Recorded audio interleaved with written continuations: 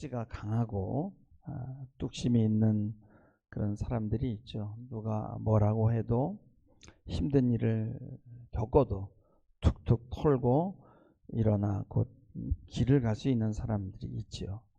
삶을 살아가는데 참 유리합니다.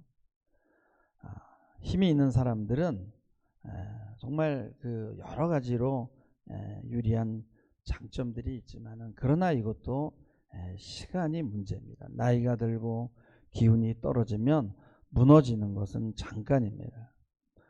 우리가 붙들고 있는 것이 무엇이냐가 중요한 겁니다. 우리는 상처를 안 받을 수도 없고 또 살면서 상처를 안 줄 수도 없어요. 왜냐하면 우리는 모두가 부족하기 때문입니다. 그래서 아우구스티누스는 이런 말을 했어요. 이 생에서 완전해질 수 있는 유일한 길은 이 생에서 완전해질 수 없음을 아는 것이다 라고 했어요. 어차피 완전한 인간은 없습니다. 그래서 우리는 서로 의지하며 살아야 되고 서로 사랑하며 살아야 될 줄 믿습니다. 다가가 보면 다 나름대로 힘들고 사정이 있습니다. 우리가 고난에서 도망가지 않고 이 현실을 잘 견뎌내면은 자연스럽게 성화나 성숙이 일어납니다. 성숙은 삶의 고난을 통해서 일어납니다. 성숙은 공부를 통해서 되는 것이 아니에요. 힘들 때 그것을 잘 견뎌내는 것이 중요합니다. 하나님께 붙어 있으면요, 붙어 있어도요 연단은 오게 돼 있습니다. 그러나 중요한 건 뭐냐? 하나님에게 붙어 있다면은 그 열매가 나타나게 되는 것이고 그 열매가 뭡니까? 그것은 바로 인격의 성숙입니다. 인간은요 항상 전쟁터에 있습니다. 전쟁은 항상 상시적이에요. 전쟁을 치르면서도 우리 인간은 이것저것 다 합니다. 전쟁터에서도 사랑하고 전쟁터에서도 시를 쓰고 애를 낳고 여러분요 톨스토이의 전쟁과 평화도 뭐예요? 전쟁에서 소설을 쓰는 거 아닙니까? 그것이 인류의 역사입니다. 신앙생활하면서 우리가 성경만 읽는 게 아니에요. 살아있는 한은 우리는 세상과 접촉을 해야 됩니다. 그러면서 우리는 이 힘을 소모하게 돼 있어요. 사업에 실패해서 무엇이 잘 안 풀려서 그렇게 해서만 어려움이 찾아오는 것이 아니라는 거예요. 고난은요 우리가 만들어지기 위해서 누구나 겪어야 되는 것입니다. 그래도 우리는 조금 쉽게 가려고 정말 하나님 앞에 나와서 예배하고 기도하고 순종하는 줄 믿습니다. 우리는 항상 힘을 얻어야 사랑할 수 있습니다. 그래서 우리는 서로를 살피고 사랑해야 될 줄 믿습니다. 그리고 힘이 있어야 기도할 수 있는 거예요. 여러분요 힘이 있어야 교회에 나올 수 있는 거예요. 여러분요 교회 나오는 거예요. 여러분요 그냥 못 나오는 게 아니에요. 나올 힘이 없는 거예요. 오늘 시편 기자는 1절에 보면은 여호와를 기다리고 기다렸더니 귀를 기울이사 나의 부르짖음을 들으셨다라고 말씀해요. 기다릴 때 그냥 기다리는 게 아니라 부르짖었다는 거예요. 부르짖었다는 건 뭡니까? 기도했다는 것이고 신음했다는 거예요. 그래서 오늘 2절 말씀에 보면은 기가 막힐 웅덩이와 수렁이라 그래요. 나를 기가 막힐 웅덩이와 수렁에서 끌어올리시고 내 발을 반석 위에 두시고 내 걸음을 경고케 하셨도다. 기가 막힐 웅덩이는 뭐예요? 말 그대로 기가 막혀요. 도무지 올라올 수 없는 곳, 내 힘으로 올라온다라는 것은 불가능한 곳이에요. 근데 하나님은 그 수렁에서 나를 끌어올린다는 거예요. 근데 시편 기자는 뭐예요? 그 기가 막힐 웅덩이와 수렁에서 그냥 끌려 나온 게 아니라 부르짖으면서 기다리고 기다렸다는 것입니다. 우리의 상식과 내가 아는 일반 지식으로 우리의 삶을 돌아보면 우리는 다 이해가 갑니다. 야, 그래서 이런 상황이 왔구나. 내가 이런 잘못된 일을 했었구나. 내가 부족했었구나. 다 이해하게 됩니다. 그러나 그런 원인과 결과에 나 자신을 맡기고 포기할 수 없다는 거예요. 그럼에도 불구하고 우리는 하나님, 그럼에도 저는 하나님의 자녀가 아닙니까? 그럼에도 저는 이 수렁에서 나가야 됩니다. 이 기가 막힐 웅덩이에서 저를 건져주세요라고 기도해야 된다는 것입니다. 여러분, 하루에 이 암세포가 수없이 많이 생긴다고 합니다. 그러나 중요한 것은 이 암세포를 이겨내는 항체를 우리가 더 많이 만들어내기 때문에 살아갈 수 있다는 것이에요. 이를 위해서 우리는 찬양하고 감사하는 일을 지속해야 될 줄 믿습니다. 우리의 여러분 어려움은요, 생각이나 사색으로는 절대 이겨낼 수 있어요. 우리는 언젠가는 죽게 되지만은 살아있는 동안에는 죽음의 세력과 항상 싸워야 되는 거예요. 어둠은 뭐에 두려움과 부정적인 생각으로 찾아오지만은 생명은 감사와 찬송으로 찾아오는 줄 믿습니다.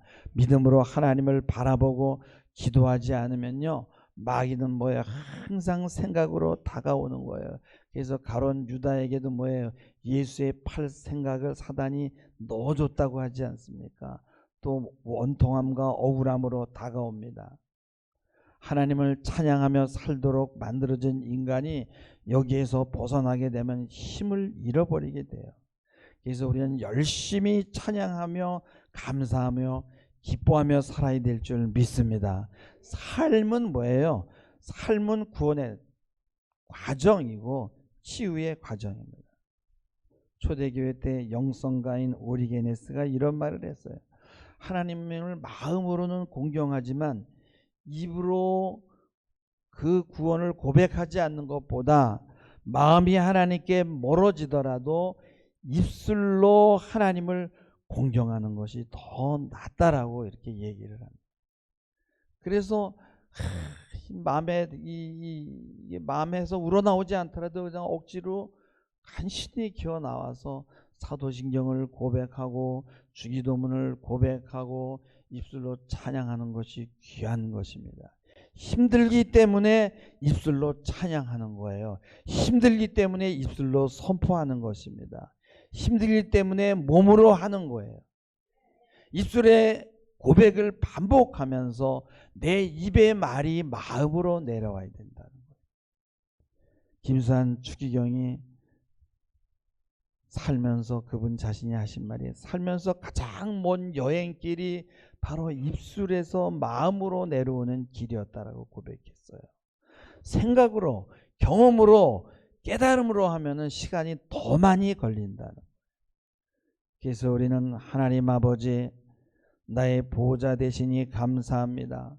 나를 영적으로 거듭나게 하시고 내가 하나님의 자녀가 되게 하시고 축복의 자녀가 되게 하신 것 감사합니다. 지금 당하는 어려움과 고난이 하나님 안에서 하나님 주권 하에 이루어지고 있음을 믿습니다 라고 고백하시기 바랍니다. 여러분, 모든 것을 갖추고 학벌도 좋고 연봉도 높고 누가 봐도 부러운 사람, 날마다 비행기 타고 해외로 출장 다니고, 여러분, 이런 사람들이 참 삶이 쾌적하고 삶의 질이 우리보다 더 높아 보일 수 있겠죠. 그러나 그들에게 예수가 없다면 어떻게 되겠습니까? 들어가 보면 그들도 다 어려움이 있는 거예요. 또 그들을 부러워하고만 살 수 없다는 거예요. 배운 것도 없고 가진 것도 없고 물려받은 것도 없고 삶이 우울할 수 있습니다. 근데 여러분, 이런 것들은요, 한 번에 풀려지는 게 아니에요. 삶에서 과정을 통해서 믿음을 통해서 서서히 풀려나가는 것입니다. 여러분, 시간이 필요한 줄 믿습니다. 기다리고 기다려야 되는데 기다릴 때 기도하면서 부르짖으면서 기도해야 된다는 거예요. 가뜩이나 힘이 없는 사람들이 날마다 원망과 패배의 고백을 입술로 반복한다면 사단은 춤을 추게 되는 거예요. 여러분의 입술로 하나님을 영화롭게 하시기 바랍니다. 하나님을 영화롭게 한다는 것은 그분이 나의 보호자라는 것을 믿는 거예요. 그분이 우리의 보호자이고 우리의 삶과 생을 책임져 주시고 우리를 어떠한 방법으로든 선한 길로 인도하신다는 것을 믿는 거예요. 그것을 믿는다면 지금의 내 처지를 감사할 수 있다는 것입니다. 하나님은 가장 좋은 것으로 나에게 갚아주실 것이라는 것을 여러분 믿음으로 고백하시기 바랍니다. 우리는 영과 몸과 혼이 분리되어 있지 않아요. 전일체입니다. 근데 사단은요, 이 몸과 영과 혼을 따로 분리시키는 전략을 씁니다. 우리의 몸이 물질로 되어 있다, 죽으면 다 끝이라고 하는 그런 유물론도 여러분 책상에서 생각으로 만들어낸 거예요. 여러분요, 이 정신이 너무 뛰어나고 머리가 좋은 사람은요, 하나님 앞에 돌아오기가 더 힘듭니다. 입술로 부정적인 이야기하면서 잘못된 고백을 하며 많은 시간을 허비할 수 있습니다. 입술이 그러한 패배의 고백은요, 우리의 마음을 움직이고 또 이 마음은 패배와 실패를 또 고백하게 되고 우리의 삶을 망가뜨리게 됩니다. 이런 고백이 우리의 생명을 약화시키는 거예요. 에스겔서 36장 37절에 보면은 주 여호와께서 이같이 말씀하셨느니라. 그래도 이스라엘 족속이 이같이 자기들에게 따라서 합시다. 이루어지기를 내게 구하여야 할지라. 그때 그들의 수요가 양떼같이 많아지게 하되 제사 드릴 양떼 곧 예루살렘이 정한 절개의 양무리같이 황폐한 성읍이 사람의 때로 채워지겠다는 거예요. 그럴 때 그들이 바로 그분이 하나님이라는 것을 알게 된다는 거예요. 하나님은 자신이 여호와인 줄을 알리시기를 원한다는 거예요. 그래서 황폐한 성읍에 사람들이 막 떼들이 몰려다니는 것을 경험시켜 주겠다는 거예요. 우리의 마음의 적막함과 우울함을 활기차게 만들어 주시겠다는 거예요. 하나님은 자신의 전능성을 우리에게 알리시기를 원합니다. 대부분의 사람들은 이런 기도의 입술의 고백을 시작하기도 전에 이 기도가 이루어지겠어 라는 그런 낙심으로 자기의 마음을 무장하는 거예요. 그럼 어떻게 돼요?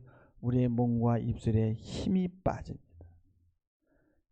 중들이 목사보다 사색을 많이 하는 편입니다. 그러나 평균 수명은 목사가 더 길어요. 왜 그래요? 자꾸 입으로 고백하고 반복하니까. 중세의 마이스터 에크하르트라는 영적 지도자는 말하기를 이해도 지식도 경건도 내적 생명도 평화도 아무것도 구하지 마시고 오직 하나님의 뜻을 구하십시오라고 했어요. 하나님의 뜻은 삶으로 살아내는 거예요. 실천하는 거예요. 삶으로 살아내는 겁니다. 우리의 입술을 움직이고 몸을 움직이면요, 여러분 마음이 따라올 줄 믿습니다. 토론하고 머리로 이해한다고 우리의 몸이 움직여지는 것이 아니에요. 우리는 행동하고 신앙을 몸으로 실천할 때, 기도하려고 할 때, 누군가를 만나려고 할 때, 누군가를 도우려고 할 때, 그때 갑자기 뭔가가 들려옵니다. 너 뭐 잘못 먹었냐? 그거 다 소용없어 하는 소리가 들려요. 나도 모르게 내가 알고 있던 세상의 지식이 올라옵니다. 경험이 올라옵니다. 그런다고 되는 게 아니야 라는 소리가 들리는 거예요. 이때 우리는 선포해야 돼요. 예수께서 요한복음 14장 14절에 보면 예수께서 너희가 내 이름으로 무엇이든지 구하면, 여기서 구한다라는 것은 헬라어로 요구한다, 주장한다는 거예요. 하나님이 그때 시행한다라고 말씀합니다. 구하는 것도 일종의 행위예요. 뭔가 좋은 것들이 나에게 오는 것을 막는 것은 바로 하나님이 아니라 우리 자신이라는 거예요. 하나님은 내가 좋은 것들을 얻기를 원합니다. 좋은 것을 주시기 위해서, 그것을 담을 그릇을 만들기 위해서 지금 고난과 연단이 있는 겁니다. 그것은 좋은 징조예요. 그래서 우리는 감사할 수 있습니다. 의심과 두려움을 붙잡고 있는 사단을 여러분 입술의 고백으로 물리치시기 바랍니다. 마가복음 11장 23절에 보면 누구든지 말을 하고 그 말하는 것이 이룰 줄을 믿고 마음에 의심하지 아니하면 그가 말하는 대로 얻게 되리라고 말씀해요. 고백하시기 바랍니다. 나는 말하고 내 마음에 의심하지 않을 것이다. 난 내가 기도하는 것이 이루어질 것을 믿습니다. 우리는 이렇게 매 순간 기도하고 계속 반복해야 될 줄 믿습니다. 왜 반복해야 됩니까? 우리가 힘이 빠지지 않기 위해서, 무너지지 않기 위해서, 그리고 내가 고백한 대로 될 것이니까. 사실 우리 모두는 고난 가운데 있어요. 이 고난을 이길 힘을 얻기 위해서 매 순간 축복을 선포해야 된다는 거예요. 그 축복은 나의 욕망과 욕심을 위한 것이 아니라 삶을 살아내기 위한 거예요. 고난에서 도망가지 않기 위해서 그런 거예요. 기도를 지속하기 위해서 그런 것입니다. 기다리기 위해서 그런 것입니다. 24시간 너는 안 돼. 이런 주문을 나에게 걸고 있다면 어떤 일이 일어나겠냐는 거예요. 우리는 반복해야 됩니다. 나는 하나님의 자녀다. 나는 하나님의 자녀다. 하나님의 뜻 가운데 이 땅에 왔다라는 것. 여러분 믿으시기 바랍니다. 여러분은 복의 자녀라는 것을 고백해야 됩니다. 고백할 때 그래 맞아. 내가 하나님의 자녀지. 축복의 자녀지라는 것을 마음으로도 받게 되는 것입니다. 그렇지 않으면 기가 막힐 웅덩이와 이 수렁에서 나올 방법이 없는 거예요. 왜 하나님이 이스라엘 백성에게 말씀을 이마에 표하고 손목에 메고 이 문에다가 앞뒤 들어가는 문에다가 말씀을 붙여 놓으라고 했겠습니까? 신앙은요 여러분 기다림인데 그 기다림은 뭐예요? 기도하면서 소망 가운데 기다리는 것입니다. 오늘 1절 말씀 보면은 내가 기다리고 기다렸더니 하나님이 귀를 기울이사 나의 부르짖음을 들으셨도다. 기다리는데 그냥 넋놓고 기다리는 게 아니에요.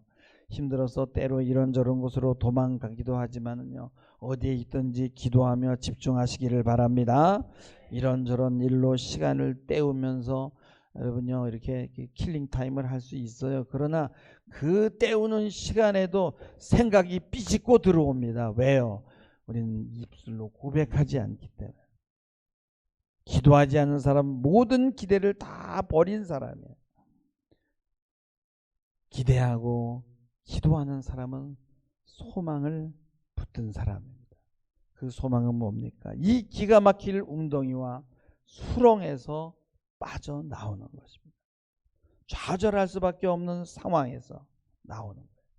기가 막히다는 건 뭐예요? 도무지 말이 안 되는 상황, 도무지 있을 수 없는 상황, 상상이 안 되는 상황, 인간으로는 도무지 일어날 수 없는 상황, 인간의 방법으로는 도무지 고칠 수 없는 상황, 캄캄하고 어디를 가도 빛이 보이지 않는 상황이에요. 이런 웅덩이와 수렁에서 올라올 수 있는 방법은 인간에게는 없습니다. 오직 하나님만 하실 수 있음을 믿으시기 바랍니다. 기가 막힐 웅덩이와 함정에서 수렁에서 나올 수 있는 방법은 오직 한 길밖에 없어요. 하나님이 끌어올리셔야 돼요. 나를 살릴 수 있는 분은 하나님밖에 없어요. 하나님을 의지하고 기도하는 방법 외에는 다른 길이 없습니다. 오직 주만이 나의 반석이요 나의 구원이요 나의 산성이시니 내가 요동치 아니하리로다. 여러분 이러한 고백이 여러분 입술에 항상 있기를 소원합니다. 주님은 나의 웅덩이와 수렁에서 끌어올리시기만 하는 게 아니라 여러분 2절에 보면은요 내 발을 반석 위에 두셨다. 그리고 내 걸음을 경고케 한다라는 거예요. 내 걸음이 비틀거리는 게 아니라 견고하게 된다는 거예요. 그리고 반석을 경험하게 되는 거예요. 내가 서 있는 곳이 바로 반석이구나. 3절에 보면은 새 노래 곧 우리 하나님께 올릴 찬송을 내 입에 두셨으니라 그랬어요. 하나님께서 올릴 찬송을 내 입에 두실 거라 그랬어요? 두셨다 그랬습니까? 이미 두셨습니다. 예? 그렇기 때문에요, 여러분들, 사람들이 나를 보고 두려워하여 여호와를 의지하게 되는 거예요. 그 하나님께서 찬송을 내 입술에 두시고, 그것을 내가 두셨기 때문에 그것을 내가 끌어내서 입술로 반복하는 것을 보고 저들이 하나님을 두려워하겠다는 겁니다. 아직 응답을 받지 않았어도 응답 받은 것처럼 믿음으로 새 노래를 부르시기 바랍니다. 새 노래, 곧 우리 하나님께 올릴 찬송이 내 입 안에 있는 거예요.